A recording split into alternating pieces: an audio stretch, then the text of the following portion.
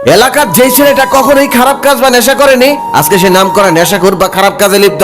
যে ছেলেটা কখনোই নিকোটিনের দোয়া সহ্যই করতে পারতো না, সেই ছেলেটার কাছে আজ নিকোটিন তার নিত্যদিনের সঙ্গী। নিকোটিন ছাড়া এখন সে চলতেই পারে না। সে এখন প্রতি রাতেই ছাদের এক কোনায় বা ব্যালকনিতে বসে নিকোটিনের আগুনে নিজেকে পোড়ায়। যে ছেলেটি কলেজ, কোচিং কিংবা বন্ধুদের আড্ডায় সবাইকে হাসিয়ে মাথিয়ে রাখতো, সে এখন চুপ থাকে, এখন আর আগের মতো কথা বলে না। যে ছেলেটা অন্ধকার আর কালো জিনিসকে সব থেকে বেশি অপছন্দ করতো, আজকে সে সবাই গেলে সবার আগে কালো কালারটাই পছন্দ করে, আর প্রায় সবাই তাকে অন্ধকারের মধ্যে বসে থাকতে দেখা যায়। এছাড়াও আমাদের আশেপাশে আরো অনেক ঘটনা ঘটে, কারোটা প্রকাশ পায় আবার কারোটা প্রকাশই পায় না। সমাজের ছোট বড় প্রত্যেকেই ভাবে হয়তো খারাপের সংস্পর্শে গেলে একটা মানুষ খারাপ হয়ে যায়। এভাবে আমাদের আশেপাশে ঘটে যাওয়া কর্মকাণ্ডগুলোর প্রতিক্রিয়া আমরা এভাবেই জানাই। সাধারণত প্রতিক্রিয়াগুলো এরকম হয়: ছেলেটা আগে ভালো ছিল কিন্তু এখন রোজ সিগারেট খায়, ছেলেটা নষ্ট হয়ে গেছে, মারপিট আর নেশায় আসক্ত হয়ে গেছে। এই ছেলেটা ছোট থেকে আমাদেরকে কত সম্মান করত, কিন্তু এখন সামনে সিগারেট ধরায়, এই ছেলেটাও নষ্ট হয়ে যাবে, আমরা কখনো কল্পনা করতে পারিনি, ইত্যাদি ইত্যাদি। আমরা তখন ভেবে থাকি এসব ছেলেগুলো নষ্ট হয়ে যাওয়া বা বিগড়ে যাওয়ার পিছনে খারাপ সঙ্গই দায়ী।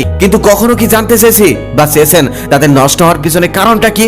কেন তারা হঠাৎ করে নষ্ট হয়ে গেল? একটা ছেলে শুধু খারাপ সঙ্গ পেয়ে নেশায় আসক্ত হয় না, তার পিছনে অনেক কারণ থাকতে পারে। কখনো কখনো পারিবারিক সমস্যা হতে পারে তার কারণ, আবার কখনো কখনো হতে পারে প্রিয় মানুষটা থেকে অবহেলা পাওয়া তার অন্যতম কারণ। আমাদের সমাজে প্রায় অর্ধেকেরও বেশি ছেলেরা নষ্ট হয়ে যায় শুধু প্রেম বিচ্ছেদে, আর বাকি কিছু নষ্ট হয় পারিবারিক কারণে। তখন এরা বেঁচে থাকার জন্য বা পুরনো স্মৃতিগুলো মুছে ফেলার জন্য নেশায় আসক্ত হয়। আচ্ছা, আপনি কি জানেন কতটা কষ্ট পেলে একটা ছেলে তার চোখের থেকে জল ঝরায়? হ্যাঁ, আপনাকে জিজ্ঞেস করছি যে এই ভিডিওটা এখন মনোযোগ দিয়ে শুনছেন। আমার জানা মতে কখনোই কোনো ছেলেকে আপনি কারো সামনে বসে কান্না করতে দেখবেন না, কারণ সে খুব ভালো করেই জানে সবার সামনে বসে কান্না করলে সবাই তাকে নিয়ে হাসি ঠাট্টা করবে, মজা করবে। তাই সে তার কষ্টটাকে বুকের মধ্যে যত্ন করে লুকিয়ে রাখে, কারণ সে জানে এখানে রাখলে কেউ দেখতে পারবে না, একমাত্র সৃষ্টিকর্তা আর সে ছাড়া। রাতের অন্ধকার বা ঘরের এক কোনায় বসে ছেলেরা গম্ভীর গম্ভীর কাঁদে আর চোখের পানি ফেলে। একটা ছেলে মাঝরাতেও চিৎকার করে কান্না করতে পারে না, কারণ তার আশেপাশের মানুষ যদি তার কান্নার শব্দ পেয়ে যায়। বাসায় যে ছেলেটা সবসময় হাসি খুশি থাকতো,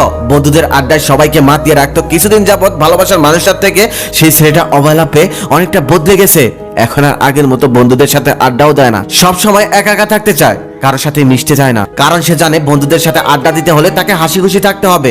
যদিও ক্ষেত্র বিশেষ তাকে চলতে হয়, তখন মিথ্যে অভিনয় করে সারাটা জীবন কাটাতে হয়। যখন একটা ছেলের জীবনে কোনো মেয়ে আসে, তখন ছেলেটা তাকে নিয়ে জীবনটা রঙিন করতে চায়, কিন্তু হঠাৎ করে তার রঙিন জীবনটা আধারে পরিণত করে মেয়েটা অন্য কারো হাত ধরে চলে যায়। তখন শুধু ছেলেটা মনে মনে ভাবে, এটা কি সেই মানুষটা, যে মানুষটা আমাকে এত স্বপ্ন দেখালো, যেই মানুষটা আমাকে ভালোবাসা শেখালো? আপনি যদি একটা ছেলের কাছের বা ভালোবাসার মানুষ হয়ে তাকে কষ্ট দিতে চান, তাহলে তাকে কোনো ভরা জনসম্মুখে এনে একটা চর মারুন, গালাগালি করুন, অপমান করুন, দেখবেন সে নীরবে সেখান থেকে চলে যাবে, কোনো প্রতিবাদ করবে না, কান্নাও করবে না। কিন্তু তাকে সামান্য পরিমাণ অবহেলা করুন, কথা বলা কমিয়ে দিন, খোঁজ খবর কিছুদিনের জন্য নেওয়া বন্ধ করে দিন, দেখবেন সে শুকিয়ে গেছে, কারণ সে সারা রাত নির্ঘুম কাটাবে, ঠিক মতো খাওয়া দাওয়া করবে না। ছেলেরা অনেক কিছুই সহ্য করতে পারে, কিন্তু কাছের মানুষের দেওয়া কষ্ট সহ্য করতে পারে না। বিকেল বেলা ছাদে বসে নীল আকাশ দেখা ছেলেটাও একটা সময় মাঝরাতে একা একা আকাশের তারা গুনতে থাকে আর নিজের বুকটা একের পর এক সিগারেটের আগুনে পোড়াতে থাকে। যে ছেলেটা একটা সময় নীল রং পছন্দ করতো, সেই ছেলেটাই এখন আবার কালো রং পছন্দ করে।